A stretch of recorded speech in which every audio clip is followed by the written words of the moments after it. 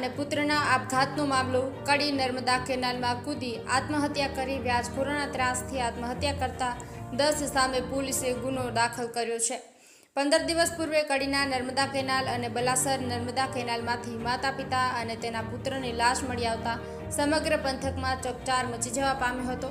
જ્યાં શંખેશ્વર ગામે રહેતા અને સધીમાં ફેબ્રિકેશન નામનો ધંધો વ્યવસાય કરતા ધર્મેશ તેમજ તેમના પત્ની ઉર્મિલા અને તેનો પુત્ર પ્રકાશે નર્મદા કેનાલમાં કૂદી આત્મહત્યા કરી હતી.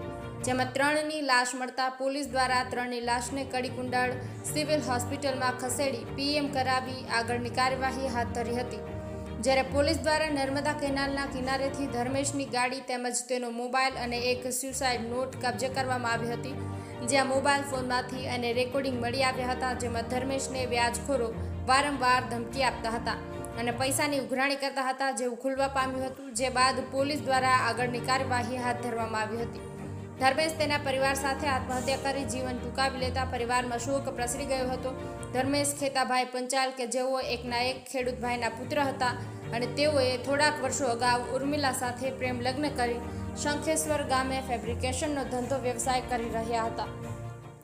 જ્યારે ધંધામાં પૈસાની જરૂરિયાત કરતા ધર્મેશ દ્વારા વ્યાજે પૈસા લીધા હતા. જે બાદ વ્યાજખોરો વારંવાર ધાક ધમકીઓ અને વ્યાજની ઉઘરાણી કરતા ધર્મેશ પંચાલને ન છૂટકે આત્મહત્યા પરિવાર સાથે કરી હતી. જ્યારે ધર્મેશે સુસાઇડ નોટમાં લખ્યું હતું કે નમસ્કાર બધાને, મારા છેલ્લા રામ રામ. મારે પણ જીવન જીવવાની ઘણી ઈચ્છા હતી, પણ થોડાક માણસોએ મારી જિંદગી બરબાદ કરી નાખી છે. આ લોકોએ મારી પાસે વ્યાજના રૂપિયા લીધા છે. મને બહુ જ હેરાન અને ટોર્ચરિંગ કર્યું છે. માટે મારી જોડે હવે મરવા સિવાય બીજો કોઈ જ રસ્તો નથી. મને એવો ચકડોળમાં ફસાવ્યું છે કે બહાર નીકળવાનો કોઈ રસ્તો મળ્યો ન હતો. હું મરવા જાઉં છું અને જ્યારે આ પત્ર મળશે ત્યારે હું આ દુનિયા છોડી ચૂક્યો હોઈશ. સરકારને વિનંતી કરું છું કે મારી પત્ની અને મારા છોકરાને આ લોકો જીવવા દે. બધા ભેગા થઈને મને બહુ જ માનસિક ત્રાસ આપતા હતા. હું થાકી ગયો છું અને કદાચ મારું એક્સિડન્ટ થાય તો એ લોકો જ જવાબદાર રહેશે. મને કોઈ જ રસ્તો દેખાતો નથી, એટલે મારી જિંદગી ખલાસ કરી નાખીશ, પછી એ બધાને શાંતિ થશે. સરકારને અપીલ કરું છું કે મારી સાથે જે થયું છે એ બીજા સાથે ન થાય. ઉર્મિલાને જણાવવા માંગુ છું કે અત્યાર સુધી બહુ જ સારો સપોર્ટ કર્યો. હું તારો સાથ નિભાવી ન શક્યો અને આપણા છોકરાનું અને છોકરીની જવાબદારી આપતો જાઉં છું. જો રાખી શકવાની હિંમત ન હોય તો તેને અનાથ આશ્રમમાં મૂકી આવજે. ઉર્મિલા, તું તારી જિંદગી બરબાદ કરતી નહીં અને આપણા છોકરાને શીખવાડજે કે કોઈના પર વિશ્વાસ કરવો નહીં.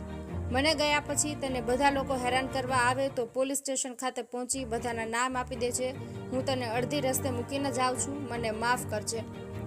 તારી જિંદગીમાં તું આગળ વધે અને જો કોઈ સારું ઘર મળે તો ઘર કરી લેજે અને પ્રકાશને આશ્રમમાં મૂકી દેજે અને 1-2 વખત મળવા માટે જજે.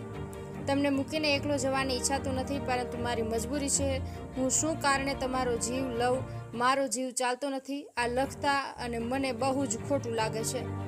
આ બાબતે ધર્મેશ પંચાલના પિતા ખેતાભાઈ પંચાલે કહ્યું હતું કે મારો એકનો એક બાપો ધર્મેશ અને તેની પત્ની તેનો બાબો છેલ્લા 10 વર્ષથી શંખેશ્વર રહેતા હતા અને ફેબ્રિકેશનનો ધંધો કરતા હતા. એને કારખાનું કરેલું હતું અને વ્યાજે રૂપિયા લીધેલા હશે અને તેમાં ખોટ ગઈ હશે. વ્યાજખોરો તેને જાગ ધમકી આપતા હતા, એટલે આ પગલું ભર્યું છે અને નર્મદા કેનાલમાં પડી આત્મહત્યા કરી છે અને 3 લોકોએ આપઘાત કરેલો છે. ચિઠ્ઠી મળેલી છે એમાં એવું લાગે છે કે શંખેશ્વર લોકોનો ખૂબ જ ત્રાસ હતો, એના હિસાબે આ અંતિમ પગલું ભરેલું છે. મારી સરકારને વિનંતી છે કે મને ન્યાય મળવો જોઈએ.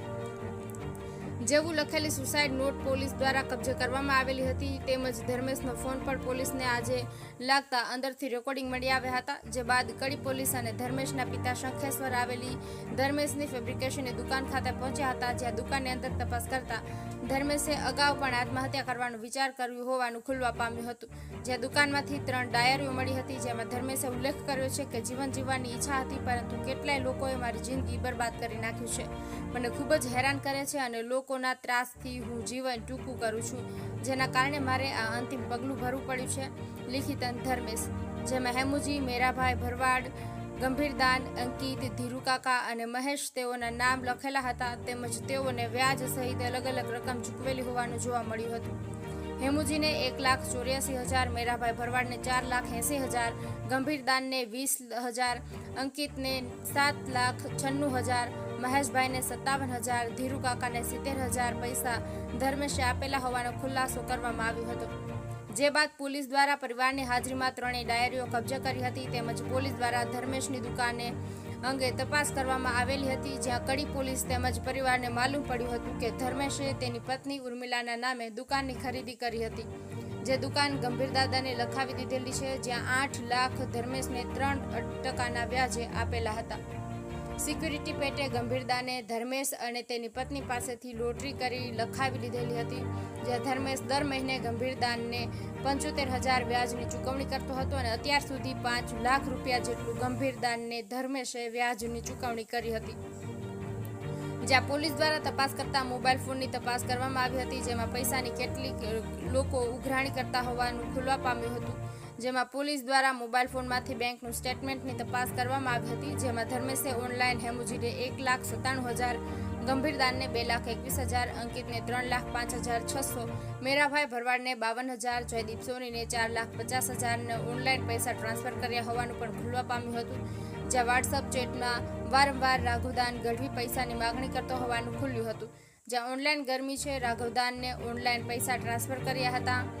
જ્યારે ધર્મેશ અને હેમુજી સાથે વાતચીતમાં જાણવા મળ્યું કે હેમુજી ધર્મેશને કહે છે કે ટેલિફોનમાં તમારે પૈસાની જરૂર હતી એટલે તમે 4% વ્યાજે પૈસા લીધેલા છે, હું તમને બજારમાંથી 5% લેખે પૈસા અપાવત, રાઘવદાન પાસે 10% લેખે લીધા છે, પૈસા લેવાની જરૂર હતી, જેવું રેકોર્ડિંગ પોલીસના હાથે લાગ્યું હતું. જ્યાં ધર્મેશ દ્વારા મહેશભાઈને 36,300, હસુજી ઠાકોરને 4,64,000, મોહનભાઈ ભરવાડને 34,000